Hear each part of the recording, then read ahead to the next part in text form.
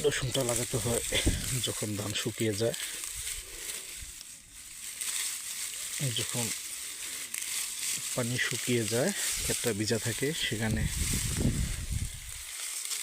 ধান মোনা থাকে, সে ধান কেটে নাড়া দিয়ে নাড়াগুলোকে আগে পরিষ্কার করে নিতে হয়।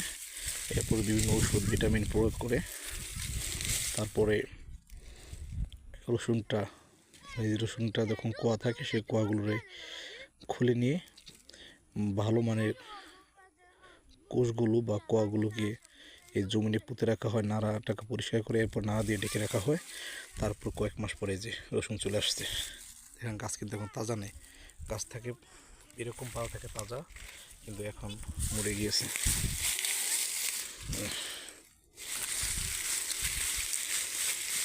মন এক সময় 4-5 হাজার টাকা যেত, কিন্তু এখন মন মাত্র 1,500 টাকা বা কম বেশি কম। এটা কৃষকের জন্য নিম্নমানের।